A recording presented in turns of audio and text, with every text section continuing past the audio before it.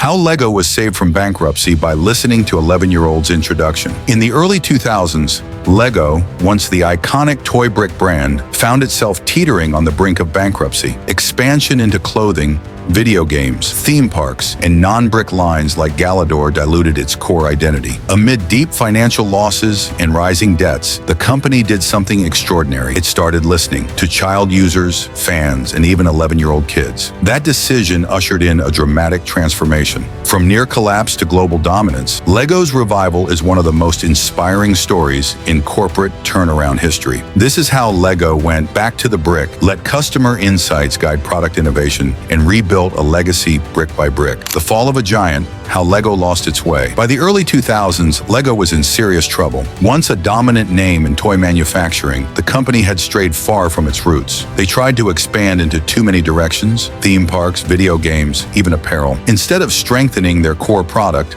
the bricks, they overloaded the catalog with complex sets and flashy new ideas that alienated their original fan base. Between 1999 and 2003, LEGO's profits plummeted. Internal reports described the situation as out of control. They were producing more parts than ever, but none of it felt cohesive. Their design teams, while creative, weren't grounded in what actually worked with customers. The once timeless company had become bloated and confused. For a brand built on imagination, they had ironically stopped imagining what kids really wanted. And by 2003, they were losing about $1 million a day. The future looked grim. Bankruptcy wasn't just a possibility, it was imminent. Investors were panicking, and analysts believed LEGO was a relic of the past, destined to fade like other fallen giants. The turning point: a new CEO with a radical idea. In 2004, LEGO appointed Jørgen Vig Knudstorp, the first non-family CEO, tasked with saving the company. His mandate: simplify, refocus, and rebuild. Knudstorp's mantra became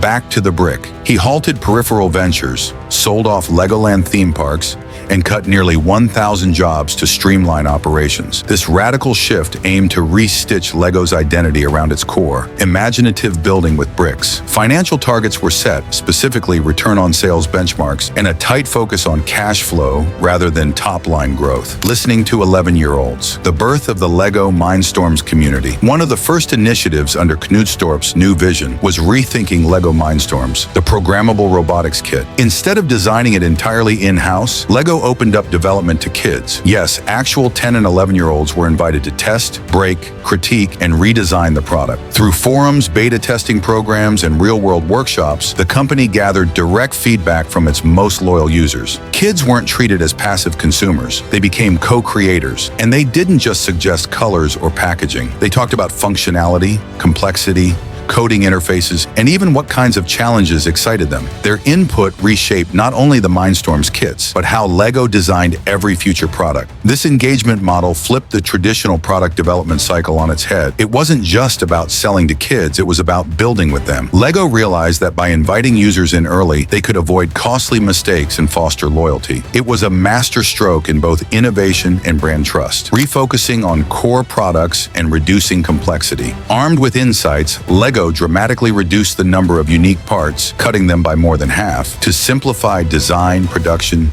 and inventory management. They eliminated failing lines like Galador, Snap, Primo, and others, instead concentrating on brick-based sets and retaining only high-performing themes. This return to basics-aligned operations with play values and consumer expectations. LEGO began building only what children really cared about: sets that allowed creativity, imagination, and storytelling, embracing innovation from the core. Once stability returned, LEGO embraced smarter innovation. Instead of distracting diversification, they invested in R&D to create new lines that complemented bricks. LEGO Mindstorms, LEGO Friends, and modular sets targeted to girls, tweens, and adult builders. They also doubled down on licensed franchises: Star Wars, Harry Potter, Marvel, Indiana Jones, leveraging fandoms to boost relevance while still anchoring in the brick system. This strategy attracted new demographics: girls, adult fans, and increased repeat purchases. Co-creation with fans, launching LEGO Ideas. In 2008, LEGO launched LEGO Ideas, a global crowdsourcing platform where fans submit their own designs. Once a proposed set garnered 10,000 votes, LEGO reviewed it for production, and the submitter earned 1% royalties. This innovation invited users into the brand's creative cycle, democratizing design and increasing emotional investment. Within years, tens of thousands of ideas poured in,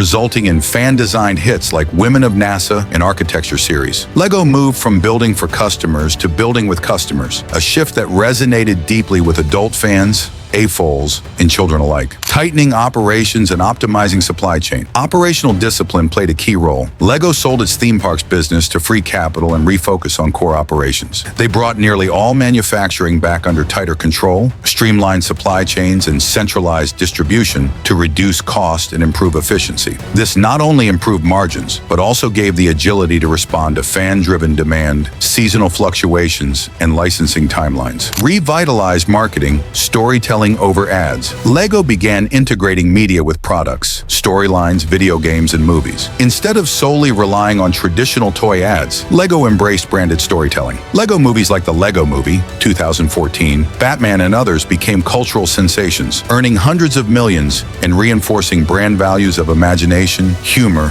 and creativity. They also launched digital engagement via apps, games, and social platforms, all built around fan creativity and product storytelling. Financial turnaround and market leadership. By streamlining operations, refocusing strategy, and innovating smartly, LEGO returned to profitability by 2005 to 2006. Revenues grew continuously. By 2013, annual sales hit over $4.5 billion, with profit margins exceeding 30%. By the late 2000s, LEGO was the largest toy maker globally, with aggressive growth in adult products, flagship sets, and markets across the world. Leadership emphasized measurable financial improvement and disciplined growth rather than diversifying too quickly, a rare discipline in consumer goods. Culture of listening. Beyond kids to adult fans, LEGO's turnaround embraced not only children, but adult fans. In 2004, they hired a community relations coordinator to resolve conflicts with AFOLs and involve them in beta testing sets like Mindstorms. By acknowledging the fan base's creative capacity, LEGO built loyalty, co-branded experiences, and word-of-mouth marketing that strengthened emotional connections across generations. This fan-first approach became a core marketing pillar aligned with product creation and corporate values. Continuous innovation and resilience. Today, LEGO's product pipeline still sees nearly 50% new items every year. The company balances core building systems with innovative themes and fan-driven ideas. It operates organized ecosystems, games, movies, theme parks, educational lines, and co-creation platforms